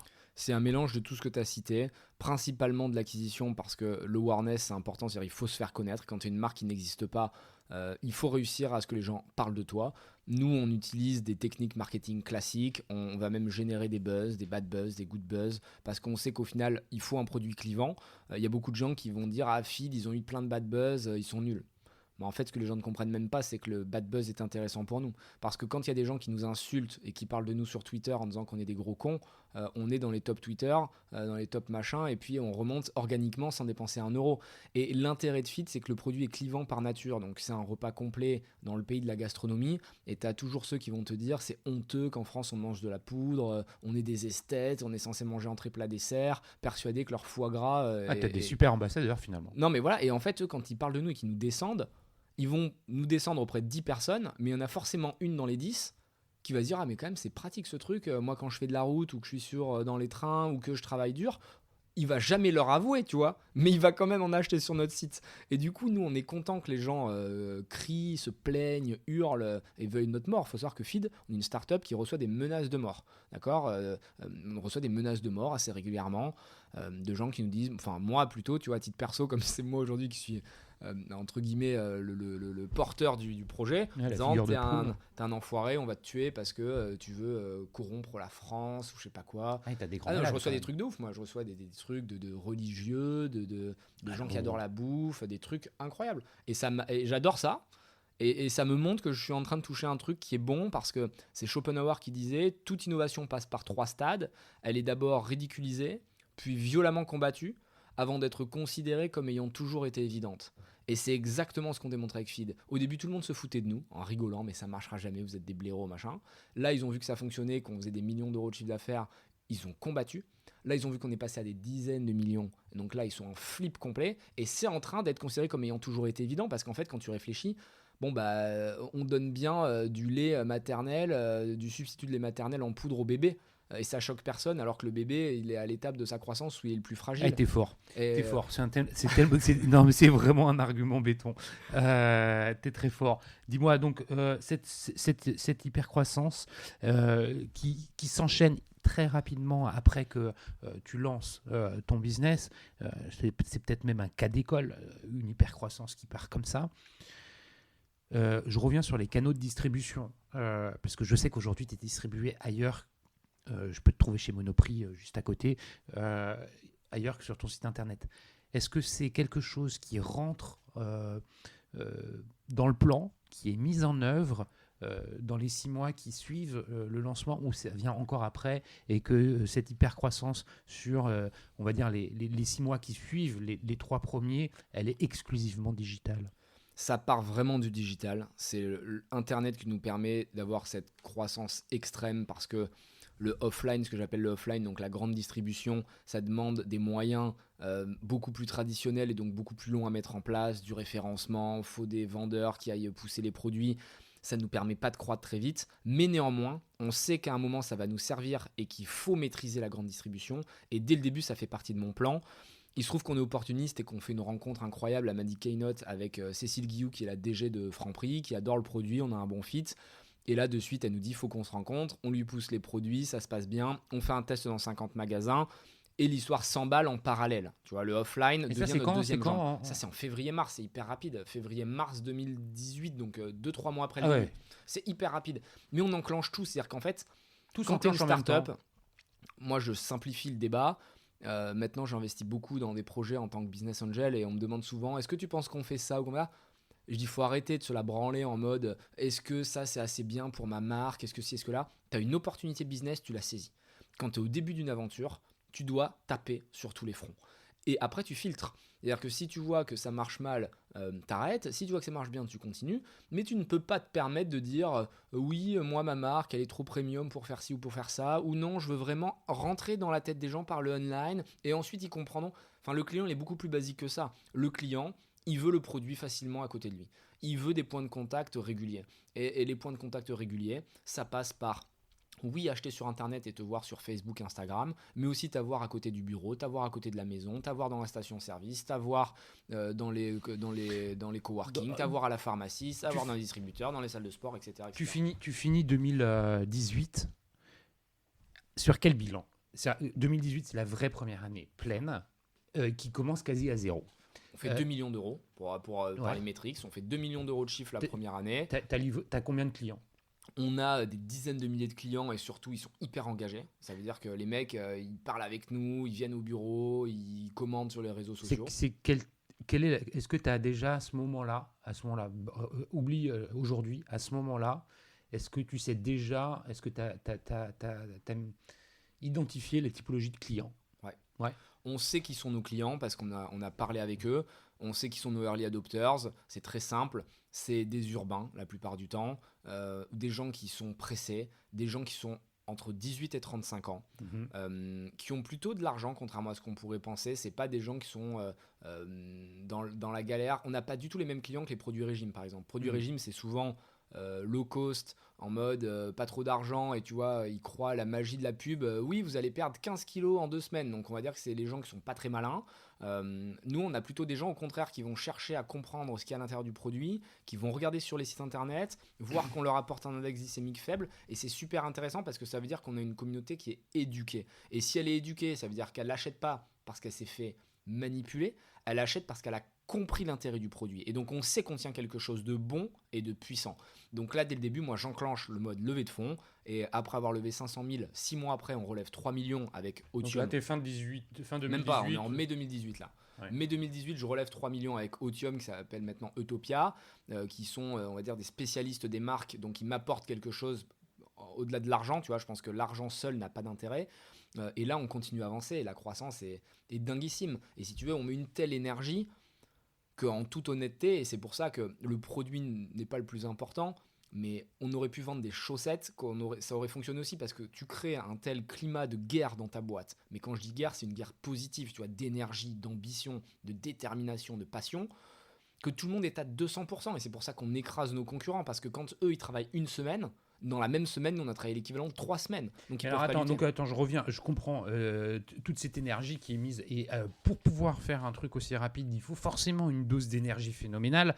Tu arrives à la fin de cette première année, je veux juste qu'on revienne sur le bilan de cette première année. Tu nous dis 2 millions, tu nous dis quoi, 5, 6 personnes, 10 personnes, c'est combien? Ouais, à la fin 2018, on est 10, même pas. Une dizaine, c'est un seul et même industriel qui fabrique pour vous depuis le début, ou est-ce que tu as déjà ouvert pour aller en voir d'autres? Tu as toujours un seul logisticien, tu as toujours ton Shopify? Juste pour qu'on, tu vois, Ouais. marquer L'évolution. l'évolution. On est fin 2018, vite fait, hein, sans rentrer dans le détail, mais de tête, c'est quoi? Mon site a évolué, le site est devenu plus pro, donc on a fait travailler des freelances dessus, on a mis des modules différents, donc on a amélioré le Shopify, mais en partant de la base existante.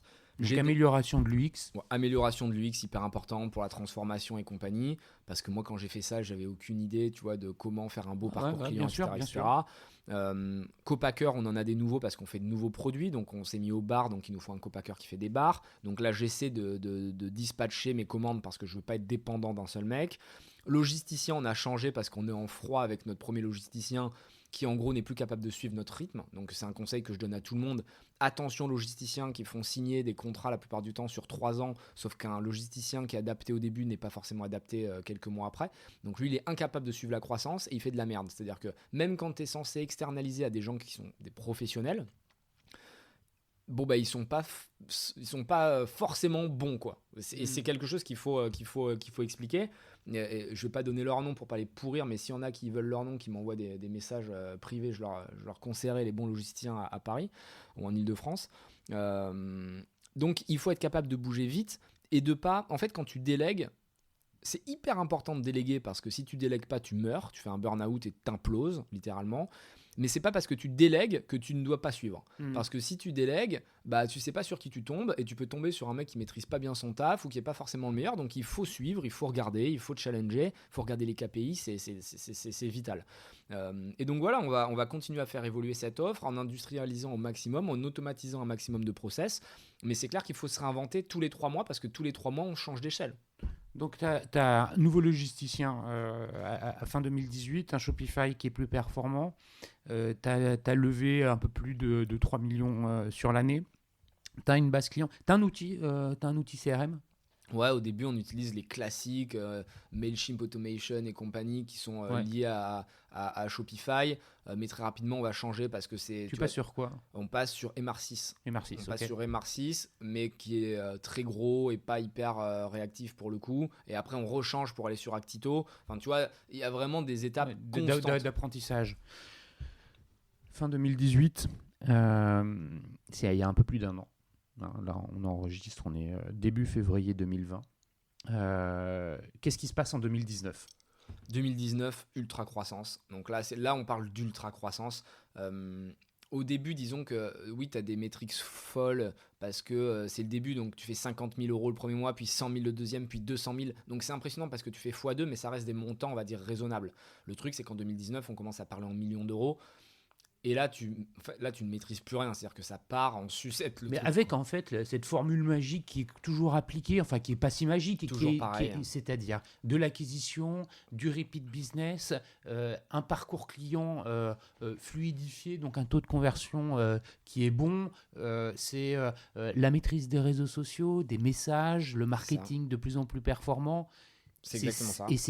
Et c'est ça. L'ensemble, la secret sauce qui fait que ça prend. Le produit aussi, toujours améliorer le produit. C'est-à-dire que c'est ça. Le produit, parce que, finalement, le packaging, tu dois toujours t'améliorer. Non, mais le produit, parce qu'aujourd'hui, quand tu vas sur le site de Feed, tu vois qu'il y a plusieurs typologies de produits. Peut-être qu'il y a un an et demi, ce n'était pas aussi varié. C'est clair. Donc, comment tu fais ta R&D ? Est-ce que tu as externalisé ça aussi ? Parce que tu nous as dit à un moment, finalement, mon copacker, il m'a aidé à améliorer mon produit. Est-ce que c'est toujours une dynamique dans laquelle tu t'inscris ou est-ce que tu as internalisé ça ? Comment tu t'es ouvert à d'autres canaux de distribution ? Tu nous as parlé de Franprix pour la première année, mais peut-être qu'aujourd'hui, c'est plus que Franprix. Tu parlais des stations-service. Où est-ce que tu es distribué ? Comment tu gères ça ? Comment tu gères ta force commerciale ? Parce qu'à juste titre, il faut être référencé. Comment ça se fait tout ça en si peu de temps ? Énorme énergie évidemment à la base pour maîtriser tous ces sujets. Tu as raison, ils sont tous importants. Pour les reprendre dans l'ordre, et si j'en oublie, n'hésite pas à me relancer.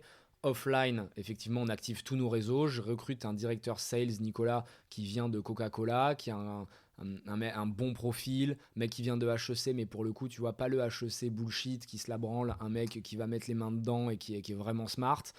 Il crée sa propre équipe offline, donc je lui délègue vraiment en toute autonomie, il bombarde sur ce champ-là. Et moi, je vais essayer de déclencher des rendez-vous avec les CEO des grosses boîtes, de Monoprix, de Franprix, de Casino, de Leclerc, d'Intermarché, Auchan, on se les tape tous. Et quand tu passes par le haut, et que tu commences à avoir un peu une notoriété dans l'écosystème startup, ça te permet d'accélérer grandement les process, tu vois. Donc tu passes pas par les acheteurs qui eux vont remonter à la hiérarchie, ça prend 6 mois, on passe direct par en haut et du coup on gagne du temps. Et ouais, on va tout tester, c'est-à-dire qu'on commence par Franprix, ça cartonne, on ouvre 500 points de vente, et puis après on fait Monoprix, et puis après on fait les indépendants. Et là aujourd'hui on a tous les distributeurs français. C'est-à-dire qu'on travaille avec tous les distributeurs français, et il n'y en a pas un avec qui on ne travaille pas, et on les éclate parce que on recrute la force de vente en interne, parce qu'on veut des gens qui parlent avec passion. Donc tu as ton réseau de... J'ai mon réseau, la plus grosse partie de mon équipe, c'est mes vendeurs, voilà, c'est ça. c'est mes commerciaux. Donc des mecs qui sont sur la route, qui vont rendre visite à tous les points de vente. Ils vont checker les points de vente, et ils vont les faire tourner, ils vont raconter l'histoire, ils vont faire des dégustations, ils vont parler aux clients, parce qu'au final, tu peux pas l'externaliser. Tu peux externaliser quand c'est un produit simple. Tu vois, je sais pas, tu vends... j'ai n'importe quoi, du PQ, les gens ils comprennent à quoi ça sert. Alors, le PQ. où est-ce que tu es placé dans le magasin ? Je te pose la question, là le Monoprix qui est au-dessus, rue des Bellefeuilles, il n'est pas très simple d'accès, il est en travaux. T'es au frais, t'es pas au frais, t'es avec les céréales, t'es avec les fruits et légumes, t'es où ? Ça dépend des points de vente, donc le mieux c'est de demander quand vous y alliez, faut pas hésiter. Et si on n'y est pas, n'hésitez pas à demander le référencement, parce que c'est comme ça qu'on a réussi aussi, c'est-à-dire qu'on avait une communauté tellement engagée qu'ils allaient voir les directeurs, ce qu'on appelle les chefs Ali, les chefs alimentaires. Ils disaient nous on veut du feed, et les mecs du coup nous envoyaient des mails, on a eu une dizaine de clients qui nous ont dit que vous voulez du feed, donc on aimerait vous commander. Donc ça vient vraiment de la base, et c'est le consommateur qui fait la réussite ou non d'une boîte, faut pas se voiler la face. Et du coup on va être soit au snacking, soit en devant de caisse, soit dans la partie diète, bio, organique, on va dire la partie un peu healthy. Donc ça dépend des gens. Nous, ce qu'on aimerait, c'est que comme chez Monoprix, il y ait des rayons smart food qui s'intègrent un peu partout pour montrer que on n'est pas un produit de régime, on n'est pas un produit, on n'est pas là pour être à côté des produits bio qui ne sont pas renouvelés depuis 20 ans, même si on a un cahier des charges hyper rigoureux, vegan, sans gluten, sans lactose, fabriqué en France, etc., etc. Nous, ce qu'on veut, c'est simplifier le quotidien, et l'idéal, c'est d'être à côté des sandwichs, parce que c'est là qu'on doit intervenir. Nous, on doit intervenir à côté du sandwich triangle dégueulasse que tout le monde ne peut pas blairer, mais parce que tu n'as que ça à bouffer dans ton frigo là, ou dans ta machine automatique, tu le prends par dépit, mais le jambon il est rempli de sulfite, tu manges ça, tu te frappes quoi. Et si tu offres ça à ton enfant, c'est comme si tu mets une tarte dans la tronche de ton enfant. Tu vois, faut les gens, moi je les invite vraiment à lire des trucs sur ce sujet. Vous êtes fou d'avaler ça, c'est un livre qui a été écrit par un ancien de la grande distribution, mais lisez ce truc là.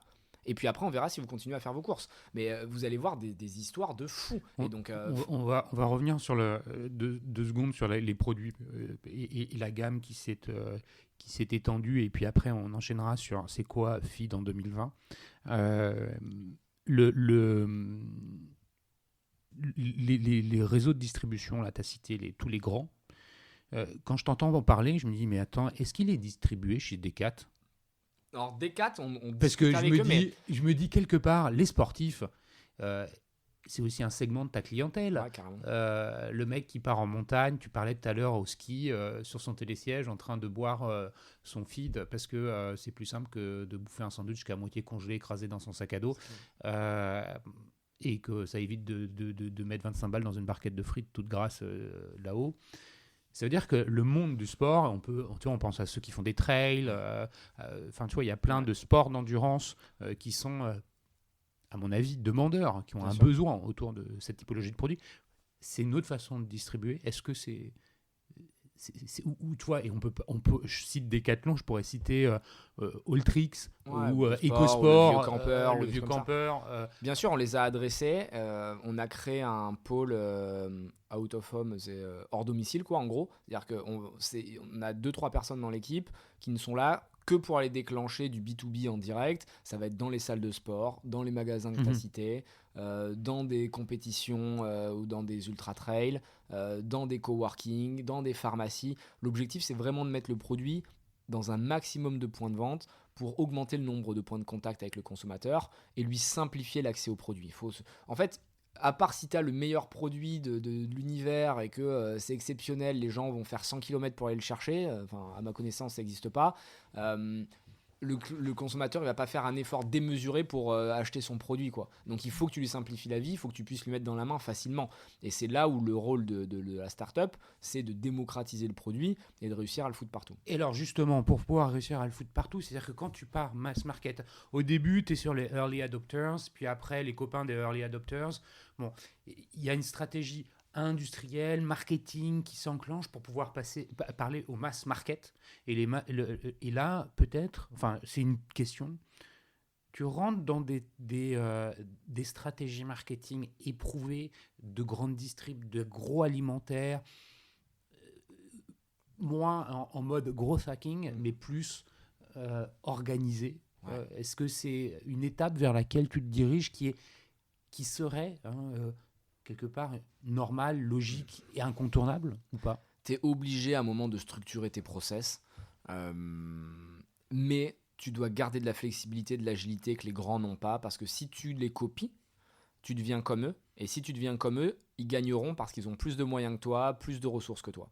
Donc évidemment, il faut structurer. Et nous, on est en train, c'est une de nos grosses missions de structurer parce qu'on est passé quand même de 10 personnes à 100 personnes très rapidement. Si tu n'as pas mis en place tes onboarding, tes outils, t'imploses. Et c'est très compliqué. Il y a 2 choses qui peuvent tuer une startup. C'est pas assez de croissance ou trop de croissance. Et ça fait sourire quand tu dis trop de croissance, mais en réalité, c'est une évidence, quoi. Parce que moi, j'ai des exemples en tête qui ont pété en plein vol parce qu'ils n'arrivaient plus à gérer ça. Et nous, ça n'a pas été facile non plus, honnêtement. Quand tu as tout qui se passe bien et que tu recrutes, dès que ça commence à aller moins bien, tu as un effet ciseau parce que tu as des masses salariales qui sont énormes, tu perds ton ADN, tu perds ton énergie parce que tu as recruté peut-être un peu plus vite et du coup les gens qui rejoignent l'aventure, ils sont peut-être un peu moins dans le cœur de ce que tu recherchais avant et du coup ils savent plus ce qu'ils viennent faire ici. Est-ce qu'ils viennent chercher un salaire ou est-ce qu'ils viennent remplir une mission, tu vois. Et nous, les employés qu'on a, c'est même pas des employés, c'est des associés. C'est-à-dire que chez FID, tout le monde a accès au capital. C'est-à-dire que tout le monde a du capital.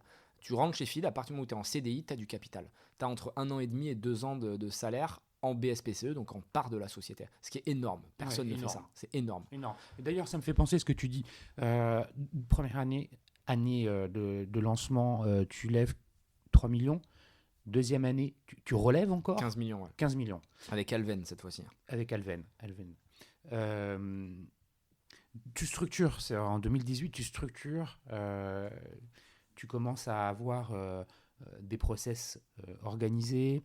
J'imagine que tu dois avoir en termes de gouvernance dans l'entreprise aussi quelque chose qui est un peu nouveau. Tu as peut-être un CODI. Un COMEX, ouais. Je fais un COMEX avec tous ce qu'on appelle les managers, les heads.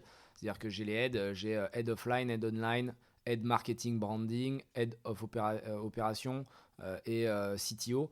et eux représentent leur pôle, leurs équipes, et ceux qui me reportent en direct. Et donc j'ai été obligé de mettre en place, tu vois, c'est des détails, mais au début tu fais sur Asana une to-do list de ce que tu dois faire, et tous les matins j'arrive et je défonce mes tâches les unes après les autres. Et très vite je réalise qu'en fait j'ai tellement de tâches à faire que je peux plus fonctionner comme ça, et que je dois cloisonner mon emploi du temps avec des moments attribués automatiquement et qui reviennent chaque semaine. C'est-à-dire que là, si je trouve mon calendrier, c'est toujours le même chaque semaine.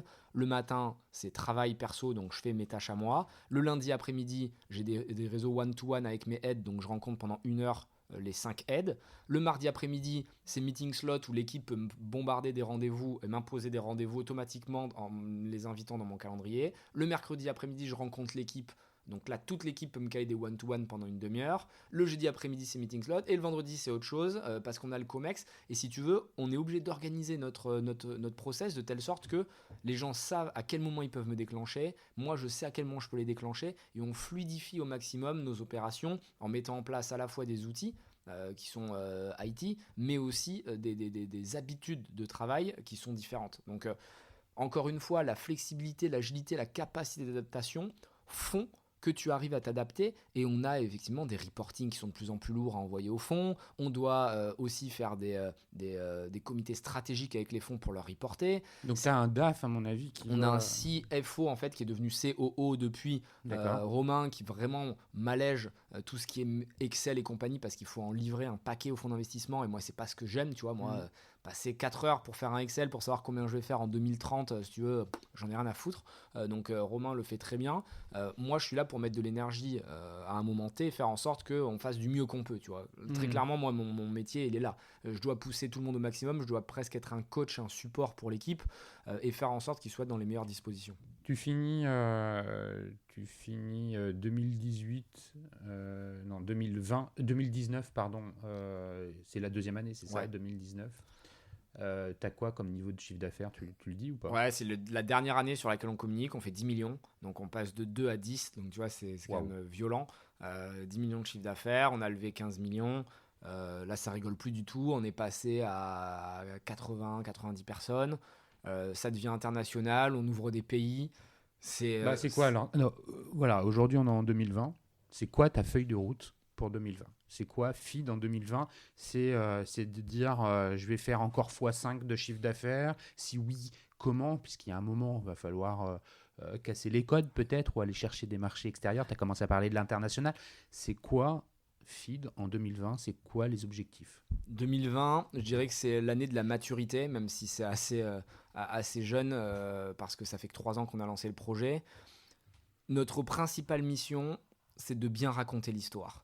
On a réalisé, avec 3 ans de feedback, que les consommateurs, ils mangeaient pas uniquement du feed parce que ça leur apportait des nutriments, mais ils consommaient du feed parce qu'ils aimaient ce qu'on faisait, ils aimaient notre aventure, et ils comprenaient la volonté et la détermination qu'on y mettait.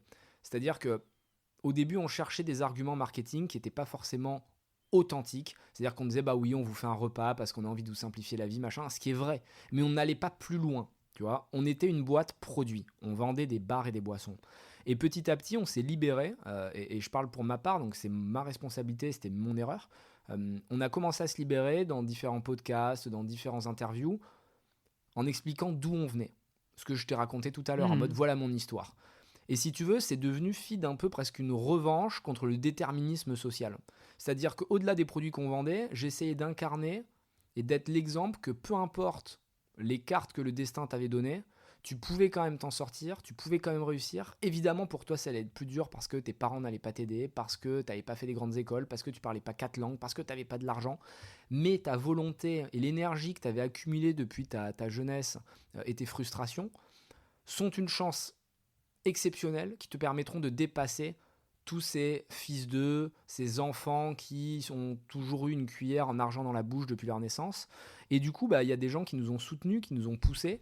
Et il fallait qu'on soit capable de mieux le raconter et que le packaging, que la marque, soit le prolongement de cette aventure. Et c'est pour ça que en mars 2020, donc le 17 mars pour être précis, je ne sais pas quand sera diffusé le podcast. Écoute, juste après peut-être. Et on va lancer une nouvelle version de feed.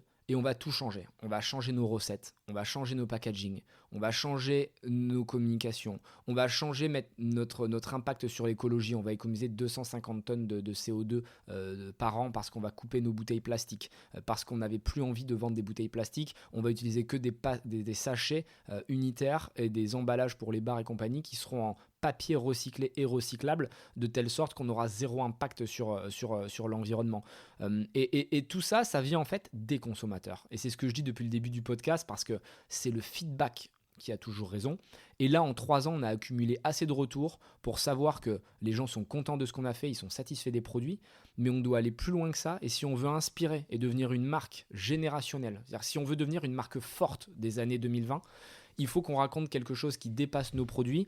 Et le message, il est simple. C'est qu'à chaque fois que vous allez manger un feed, vous allez avoir un boost de motivation qui va vous rappeler que quels que soient vos objectifs, quelles que soient vos ambitions, quel que soit votre destin, vous pouvez réussir. Même si personne ne croit en vous, nous, on sera ce regard bienveillant qui va porter sur vous une confiance et qui va vous dire « Ne baisse pas les bras, c'est maintenant que tu dois réussir. » Ouais, donc en fait, tu es en train de graver dans le marbre les valeurs qui étaient sous-jacentes chez Feed. Exactement. Tu en fais plus qu'un argument marketing, tu en fais une philosophie d'entreprise. C'est ça. Donc ça veut dire, ça c'est vraiment la maturité sur ton marché domestique qui est la France. Tu vas continuer à avoir une pénétration du marché là-dessus. Tu commences à évoquer l'international. Feed, ça peut pas rester que français. Non. Feed, on est déjà dans 40 pays online et 15 pays offline, donc là en grande distribution, notamment Benelux, Suisse, Espagne, Italie, UK, mais aussi dans les pays du Moyen-Orient. Donc vraiment, ça a été très rapide. Et là, notre vraie mission, c'est de planter cette marque en mars et de savoir ensuite la dupliquer dans différentes grandes zones géographiques. Naturellement, les US, la Chine aussi est intéressante. Ce qui est sûr, c'est que Feed va se développer très rapidement. On ne sera pas satisfait de ce qu'on obtient. C'est-à-dire qu'il faut toujours avoir faim, il faut toujours en vouloir plus. Là, on s'est fixé que dans les 5 premières années, donc il nous reste 2 ans, on doit faire 100 millions d'euros de chiffre d'affaires par an. C'est notre objectif. Et une fois qu'on fera 100 millions, on ne va pas se dire c'est cool, on a gagné. Non, on voudra les détrôner des grands groupes industriels. C'est comme ça qu'ils ont commencé aussi avec un seul produit. Ouais, en fait, ton histoire, elle me fait penser à une autre histoire. Et peut-être que tu la connais mieux que moi. Parce que c'est une marque qui s'est lancée, qui est partie de rien, qui s'appelle Michel et Augustin. Qui, in fine, se poursuit aujourd'hui au sein du giron Danone. Ça t'inspire quoi comme commentaire, cette histoire? C'est une option, c'est pas une option, tu ne sais pas. Je connais bien Michel et Augustin, qui sont 2 mecs très sympas déjà. On a eu l'occasion de se croiser au début par des connexions en commun et après on a pas mal discuté. Augustin est même venu nous pitcher chez Feed pour nous motiver, raconter son aventure. C'est vraiment des mecs top qui nous ont ouvert, je pense, la voie, parce qu'eux, ils ont commencé dans les années 2000, donc les startups n'existaient pas, c'était le tout début, il n'y avait pas autant de levées de fonds, il n'y avait pas le digital, donc les croissances étaient beaucoup moins rapides, mais ils ont montré qu'avec un produit qui était fait différemment et vendu différemment, tu pouvais disrupter un marché, et du coup, moi... On nous compare souvent parce que c'est vrai que c'est 2 produits agroalimentaires et tu as peu de réussite agroalimentaire en France. C'est très dur de citer des marques qui font plus de 10 millions d'euros de chiffre d'affaires et qui ont commencé seuls. C'est très rare. Donc respect pour ce qu'ils ont fait. Nous, notre objectif, c'est d'aller encore plus loin et de taper encore plus fort. Ils ont été effectivement rachetés par Danone, c'est pas un secret. Manifesto Ventures. Nous, je pense qu'on peut faire plus et c'est vraiment pas un manque de respect quand je dis ça parce qu'ils ont fait une histoire incroyable. On va essayer de rester indépendant le plus longtemps possible. Je crois que la digestion par Danone s'est pas hyper bien passée parce que c'est très dur pour un grand groupe d'acheter mais surtout de savoir laisser vivre des projets. Il y a des groupes qui le font très bien comme Coca-Cola qui l'ont fait avec Innocent, comme Kellogg's qui l'a fait avec RX-Bar. C'est-à-dire que le grand groupe n'essaie pas d'imposer ses process à la petite start-up, mais au contraire va les laisser libres et va être là en support, en soutien pour essayer de les accompagner dans leur ultra-croissance. Donc non, c'est super intéressant de voir qu'il y a des réussites et ça montre bien que si tu es motivé, que tu es déterminé, que tu fais les choses un peu différemment, tu peux réussir, même dans ces milieux qui sont compliqués comme l'agroalimentaire. Écoute, merci Anthony pour cet échange. Avant qu'on on ne conclue, la question, la question de la fin, et finalement, tu as commencé à apporter des éléments de réponse. Chez Feed, le commerce et les sujets RSE, transition écologique, développement durable. Tu as commencé à nous répondre. Mais c'est quoi Est-ce que tu peux nous en dire plus sur ça? Parce que finalement, c'est ça le commerce du futur. C'est clé, c'est hyper important, tous les sujets que tu viens d'évoquer. L'écologie, c'est quelque chose qui nous tenait à cœur et on faisait déjà en sorte de faire au mieux de ce qu'on pouvait en utilisant du plastique recyclé, recyclable, mais on doit aller plus loin. Maintenant, on va couper nos bouteilles qui sont iconiques, c'est les bouteilles transparentes avec la poudre à l'intérieur, parce que quand on a calculé l'impact qu'on avait sur la planète, on pouvait pas cautionner ça. Je pense que les startups doivent penser en amont des grands groupes et montrer l'exemple. C'est pour ça qu'on sera la première marque agroalimentaire à utiliser du papier recyclé, recyclable pour l'intégralité de nos produits.